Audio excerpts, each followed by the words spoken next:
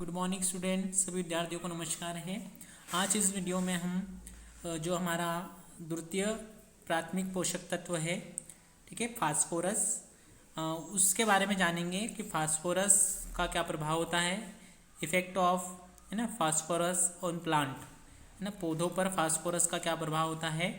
या फिर क्वेश्चन इस तरीके से आपको एग्ज़ाम के लिए बनता है कि फास्फोरस का पौधों के लिए क्या महत्व है, ठीक है। और फिर जानेंगे कि पौधों में फास्फोरस की कमी के लक्षण, तो पौधों में फास्फोरस की कमी के क्या क्या लक्षण हैं, ठीक है। तो चलिए स्टार्ट करते हैं। कौन कौन से पॉइंट यहाँ पर दिए गए हैं उन पॉइंट पर चर्चा करते हैं, ठीक। तो इसके पहले वाले वीडियो में मैंने नाइट्रोजन के बारे में बताया था आपको कि नाइट्रोजन, है ना, क्या महत्व है पौधों के लिए। उसके बाद में नाइट्रोजन की कमी से क्या लक्षण, कमी के क्या लक्षण होंगे, नाइट्रोजन की अधिकता के क्या लक्षण होते हैं, तो ये सारी चीज़ें बताई थी, ठीक। अब इस वीडियो में मैं आपको बताने वाला हूँ कि फास्फोरस के प्रभाव क्या क्या होंगे, ठीक है। तो चलिए पहला पॉइंट देखते हैं, जड़ों की वृद्धि अच्छी होती है, ठीक है।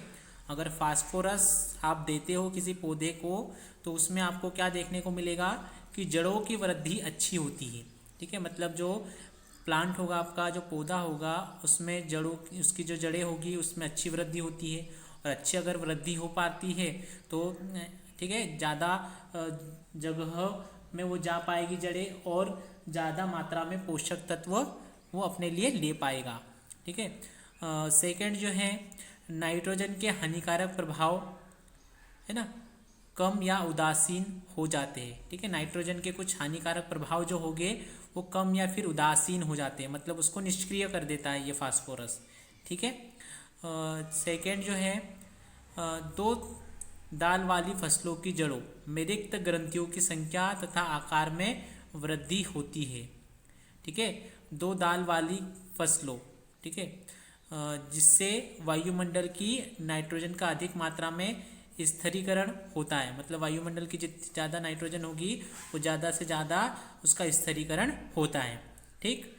फोर्थ पॉइंट है, पौधों में शीघ्र फूल आते हैं, ठीक है। अगर फास्फोरस, मतलब आपको ऐसा लग रहा है कि पौधों में फूल आने के टाइम पर फूल नहीं बन पा रहे हैं, तो आप फास्फोरस का छिड़काव, मतलब फास्फोरस उसको प्रोवाइड कर सकते हो, क्योंकि फास्फोरस के कारण क्या होते हैं, शीघ्र फूल आते हैं तथा फसल जल्दी पकती है।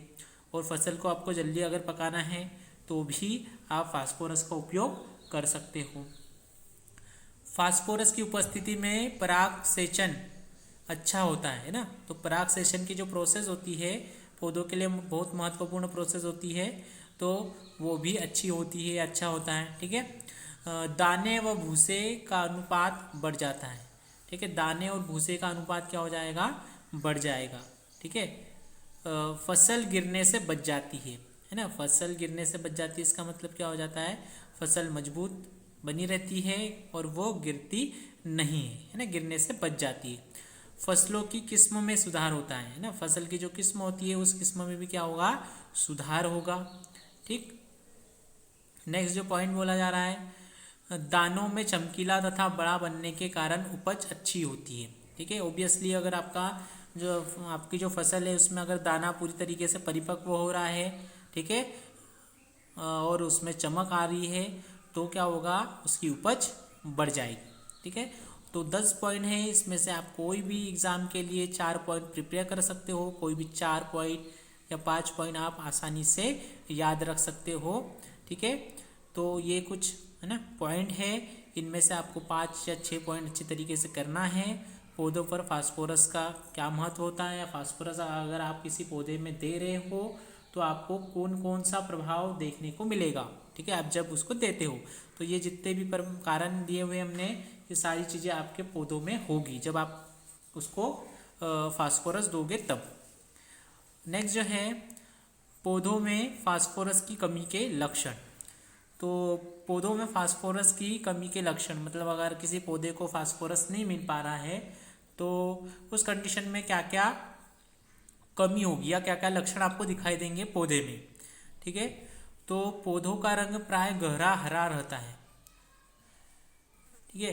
कमी से क्या होगा, प्राय गहरा हरा रहता है, लेकिन निचली पत्तियां पीली होकर सूख जाती है। ठीक है, पौधा का जो ऊपरी भाग रहेगा उसमें ऊपरी पत्तियों में तो हरापन रहेगा, परंतु जो नीचे वाली पत्तियां होती है वो पीली दिखाई देगी। ठीक है, और सूख जाती है। ठीक है, अगर आप उसको फास्फोरस नहीं मिल पा रहा है तो। सेकेंड जो है, पौधों की वृद्धि रुक जाती है। ठीक है, तथा पत्तियां छोटी रह जाती है। ठीक है, पत्तियों को अगर आपको बड़ा बनाना है, ठीक, और पौधों की वृद्धि अगर करनी है तो फास्फोरस उसको प्रोवाइड करना होगा, फास्फोरस उसको देना होगा।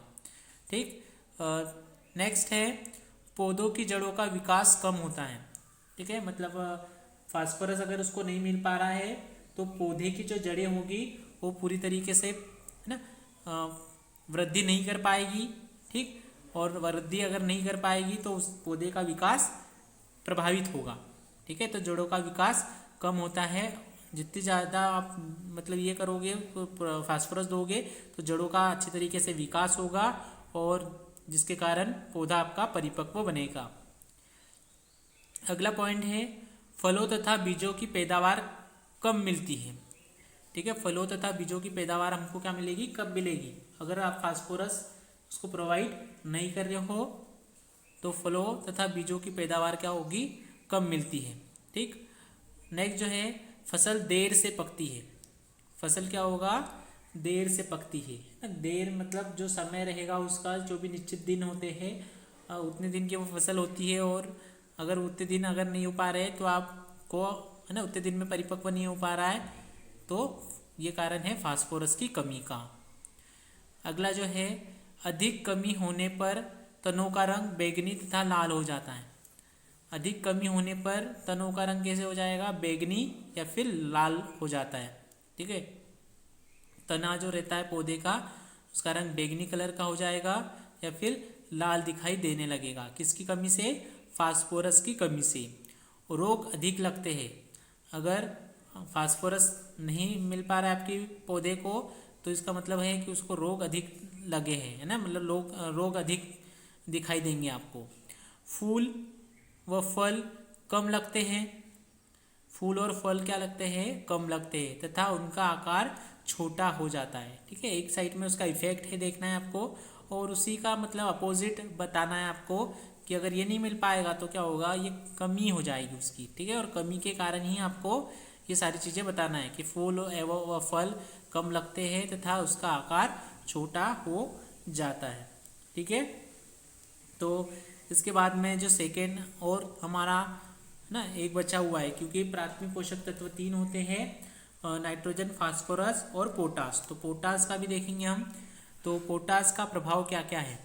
ठीक, तो पोटास का प्रभाव क्या क्या होता है पोटास के कारण, तो पौधों में बीमारियों तथा कीड़ों के सहन करने की क्षमता बढ़ती है। ठीक है, ठीक है, तो पोटास का देखेंगे हम, पोटास का क्या महत्व है पौधों के लिए। ठीक, तो पौधों में बीमारियों तथा कीड़ों के सहन करने की क्षमता बढ़ती है। मतलब अगर आप पोटास दे रहे हो पौधे को तो उसमें बीमारियों और कीड़ों को सहन करने की क्या होगी, क्षमता होगी, बढ़ेगी। ठीक है, तने मजबूत होने से फसल नहीं गिर पाती। ठीक है, तना अगर मजबूत हो रहा है, मतलब पोटास अगर डालोगे तो तना मजबूत होगा और उससे फसल नहीं गिर पाती है। फसलों की किस्मों में सुधार हो जाता है। तो ये पॉइंट आप ऊपर भी बता सकते थे। ठीक है, तो ये पॉइंट पोटास के लिए भी आप फास्फोरस के लिए भी आप यूज़ कर सकते हो। दाने भरे हुए बनते हैं, है ना, दाने मतलब आपने देखा होगा कई बार दाने पूरी तरीके से भर नहीं पाते, तो आप पोटास अगर डाल रहे हो तो दाने पूरी तरीके से भर जाएंगे। पौधों द्वारा पानी की हानि उत्सवेदन द्वारा कम होती है ना, उत्सवेदन के द्वारा क्या हो जाएगा ना, कम होती है पानी की हानि। नाइट्रोजन तथा फास्फोरस का प्रभाव संतुलित रहता है। नाइट्रोजन और फास्फोरस का प्रभाव क्या रहेगा, संतुलित होगा अगर आप पोटास डालते हो तो। पत्तियों में कार्बोहाइड्रेट तथा स्टार्च अधिक मात्रा में बनता है। देखो, कार्बोहाइड्रेट और स्टार्च पौधों के लिए बहुत अति आवश्यक होता है और वो अधिक मात्रा में बनता है किसके द्वारा, पोटास के द्वारा। अमीनो अम्ल तथा प्रोटीन अच्छी प्रकार से बनते हैं। ठीक है, पौधों के लिए जो आवश्यक है अमीनो अम्ल और ना प्रोटीन अच्छी प्रकार से बनते हैं। आलू का स्वाद बढ़ जाता है, ठीक है। आलू की अगर फसल को आप पोटास डालते हो तो उसका स्वाद बढ़ जाएगा। आलू एवं जड़ वाली सब्जियों का आकार बढ़ जाता है, ठीक है। तो ये सारी चीज़ें हैं। पौधों के एंजाइम पर नियंत्रण रहता है ना। पौधों के जो एंजाइम रहते हैं उस पर नियंत्रण रहता है, उस पर पूरी तरीके से कंट्रोल रहता है। कब? जब आप किसी पौधे में पोटास डालते हो या किसी पौधे को पोटास प्रोवाइड करते हो तब, ठीक है। तो ये पोटास का महत्व था किसी भी प्लांट के लिए, किसी भी पौधे के लिए। अब देखते हैं अगर हमने पोटास अगर नहीं डाला तो क्या हो सकता है ना। पौधे को क्या क्या हानि हो सकती है, ठीक है। तो उसको जानेंगे हम। तो पौधों में पोटास की कमी के लक्षण, ठीक है। तो पत्तियां भूरी तथा धब्बेदार हो जाती है, ठीक है। पौधों को अगर पोटास नहीं मिल पा रहा है तो उसकी पत्तियां भूरी हो जाएगी, जबकि वो होना चाहिए कैसे चाहिए, गहरी हरी होना चाहिए, तब जाके वो सही तरीके से अपने लिए भोजन बना पाएगा पौधा। और धब्बेदार हो जाती है, ठीक। तो याद रखना है, पत्तियां भूरी तथा धब्बेदार हो जाती है कमी से।